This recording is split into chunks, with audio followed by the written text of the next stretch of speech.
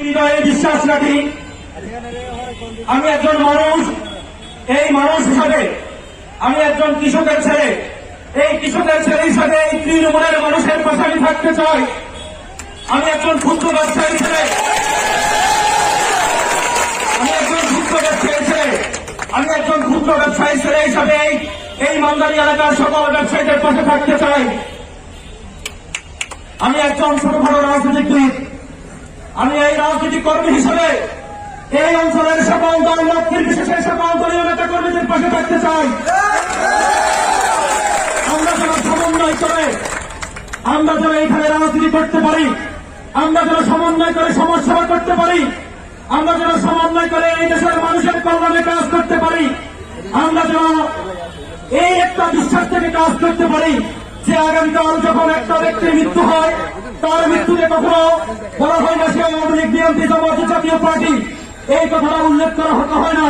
তার উল্লেখ করা হয় সে একজন ব্যক্তি। আমার মৃত্যুর পরে আমি বিশ্বাস রাখি আপনারা সকলে দলমত নির্বিশেষে একজন মানুষ হিসেবে আমার জানাজায় আপনারা অংশগ্রহণ করবেন। আমি এই মন্দিরের জনগণের কাছে একটা বার্তা রেখে যেতে চাই।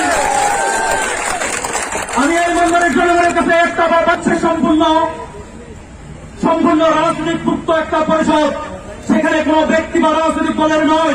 এখানে সেবা পাওয়ার জন্য এখানে প্রত্যেকটা নাগরিকের অধিকার আছে। সে হতে পারে রিক্সা ড্রাইভার, সে হতে পারে সিএনজি ড্রাইভার, সে হতে পারে শ্রমিক, সে হতে পারে কৃষক।